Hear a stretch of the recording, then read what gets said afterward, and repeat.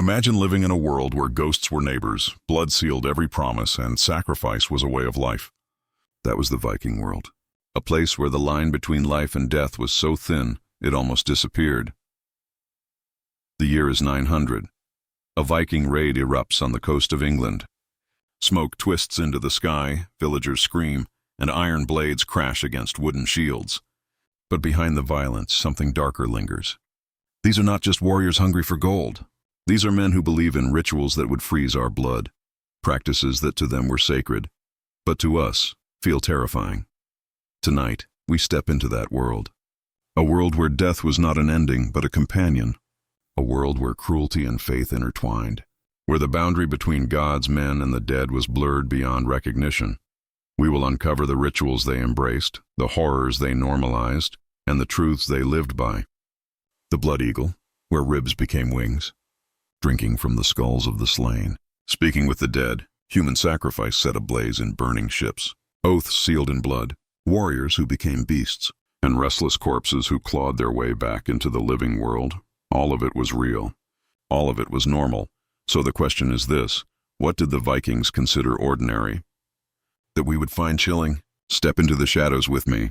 Let us walk where the fire burns low, where the drums beat like a heartbeat, and where the Viking world shows its darkest face. Because this is not just history. This is a journey into fear, the blood eagle.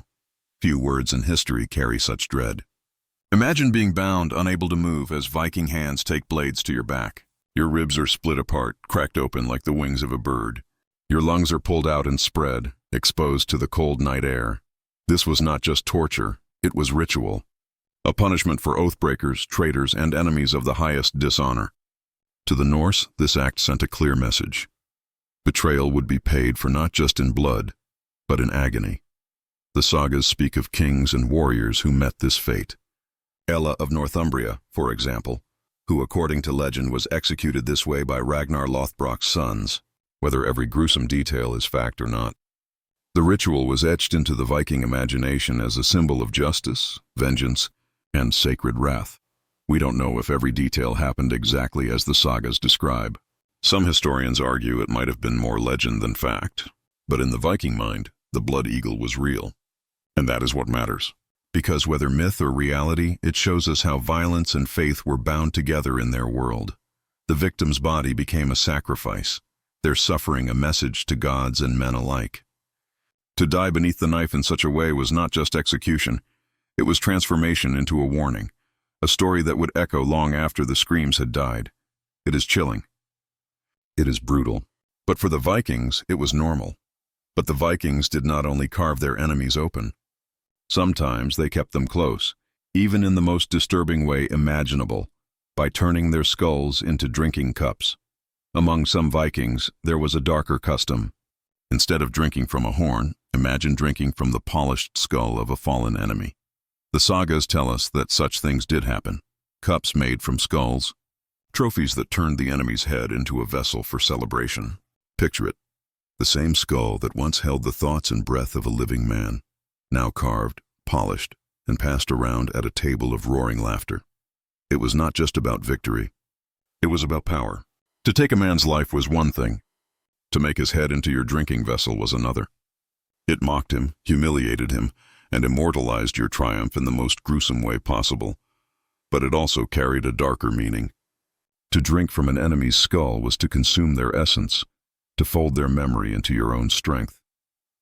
In the Viking mind, this act blurred the line between mockery and absorption, between desecration and empowerment. Even if skull cups were rare or more symbolic than common practice, the fact that they appear in the stories of the Norse tells us something vital. To them, death was not a barrier. It could be reshaped, reused, even turned into something useful. In this way, drinking from a skull was more than an act of savagery. It was a ritual of transformation. The living and the dead joined in one chilling communion, bone, blood, and memory fused together by firelight. Yet the Vikings didn't just drink with the dead. They spoke to them, and for that, they turned to the witches, the feared and revered Volvas. The night is still. A fire burns low, smoke curling into the black sky. A woman steps forward, draped in a heavy cloak, her staff tipped with iron, her eyes reflecting the flames. She is a Velva, a Viking witch, a seeress, a wanderer between worlds. The Vikings both feared and revered these women. To them, the Volva could see what others could not. She could trace the threads of fate, call upon spirits, and even speak with the dead, with chants and rituals, with runes scattered across the earth. With offerings of blood and smoke, she opened doors the living were not meant to walk through. Imagine sitting in the dark while her voice trembles, telling you your ancestors still linger, that your father's spirit watches, that the dead whisper warnings you dare not ignore. For the Norse, this was not superstition. It was necessity. Death was never far, and to survive in a brutal world, you needed every advantage, even the counsel of ghosts. But such power came at a cost. The Velva was both sacred and dangerous. She was honored with gifts, yet feared for her reach into the unseen. The sagas tell us of kings bowing to their words, of armies shaped by their visions, of destinies rewritten by their whispers. And behind it all lies a chilling truth. The Vikings did not see death as a wall. They saw it as a veil, thin, fragile, and easily pierced by those who knew the way. Through the witches, the dead were never silent. Their presence was always near, and when the dead were not called to whisper, they were carried into the afterlife in fire and blood, through ship burials and sacrifice. Imagine a great ship drawn up onto the shore. Upon its deck lies a body, perhaps a chieftain, perhaps a warrior. Around him, treasures are placed, weapons, jewelry, even food and drink. Servants stand nearby, some willing, some not. Animals are tethered. The crowd waits in silence as the flames are lit. This was a Viking funeral. Not simply a burial, but a performance. Fire, blood, and sacrifice woven together into a passage to the afterlife. The ship was the vessel that carried a man through the seas of life, and now it would carry him across the unknown waters of death. But the fire consumed more than wood and flesh. At times, human lives were offered as well. Chronicles from Arab travelers and Norse sagas alike describe slaves or companions killed to follow their master into the other world. A young girl strangled, a warrior stabbed, a life extinguished not for crime but for loyalty or for duty. To us, this is horrifying. To the Norse, it was sacred. A master's journey must not be lonely, and the gods demanded company for the road ahead. The flames were not just destruction, they were transformation, a passageway into Valhalla or the halls of hell. The ship burial blurs the line between reverence and cruelty. It reveals a people who honored their dead not with silence but with spectacle. The funeral became not an ending but a gateway. And in the firelight, the living learned a lesson, that death was not distant but waiting, demanding, and never far away. But blood was not only spilled for the dead. Among the living, it was the ultimate bond, and nothing captured that more than the terrifying ritual of blood oaths. For the Vikings, no promise was stronger than one sealed with blood. To mingle life's essence was to merge fates. Once bound in blood, betrayal was unthinkable, not because of law, but because the gods themselves were believed to bear witness. These oaths forged bonds deeper than kinship. Friends became brothers, allies became family. With a cut of the skin, destiny was joined, honor was sealed, and vengeance was guaranteed if betrayal ever followed. Yet this act of loyalty carried a shadow, because to break such an oath was more than treachery, it was sacrilege. To betray blood was to declare war not only on your brother, but on the very order of the cosmos. The punishment, often death, sometimes slow, sometimes swift, always inevitable. The sagas are filled with tales of warriors bound by such pacts, their loyalty unshakable, their vengeance merciless. And while it feels shocking to us, for the Norse it was natural. Blood was truth. Blood was proof. These rituals remind us of how close the Vikings lived to the raw essence of life. In a world without contracts, signatures, or paper laws, the body itself became the contract. The blood itself became the seal. It was beautiful in a dark way. Terrifying too.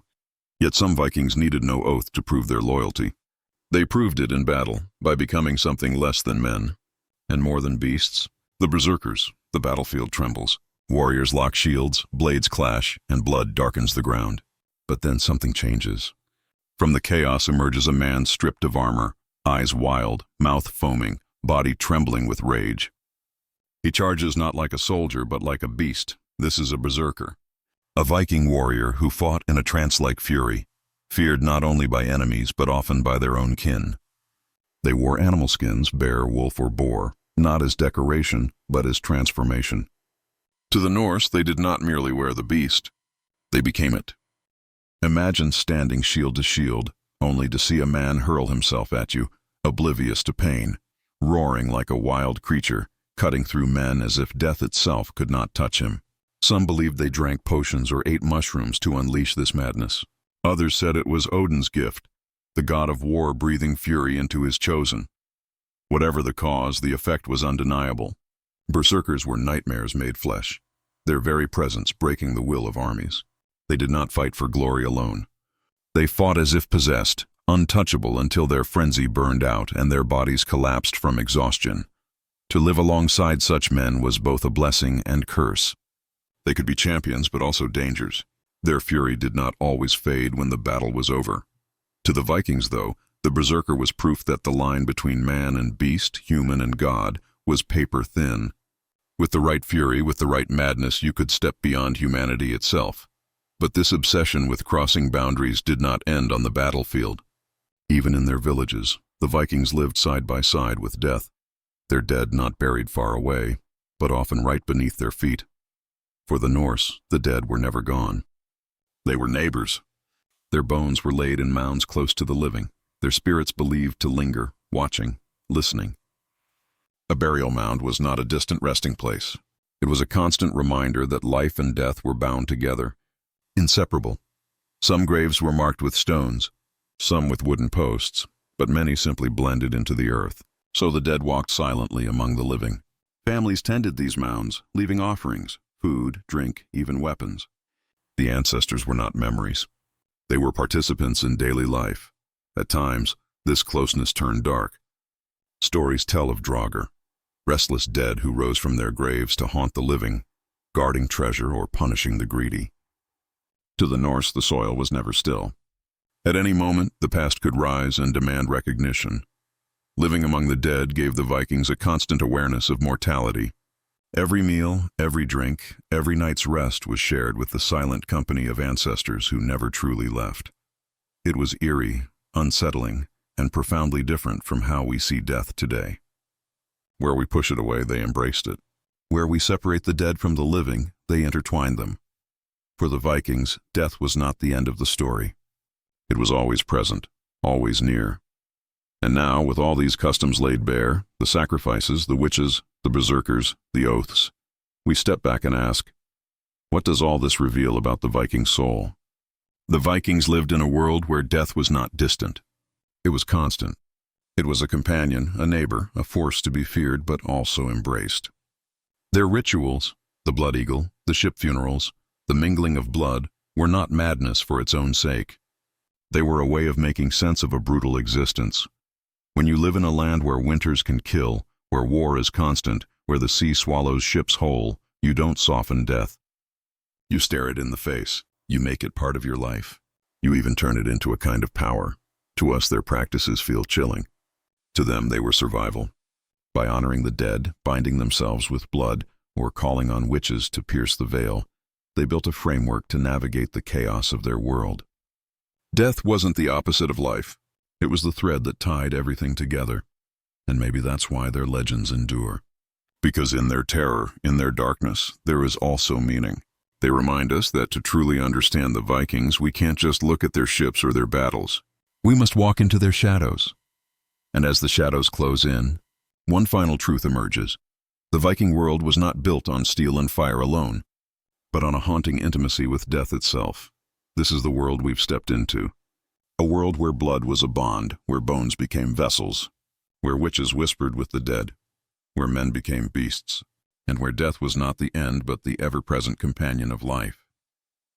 The Vikings remind us of something unsettling, that the line between the living and the dead is thinner than we like to believe.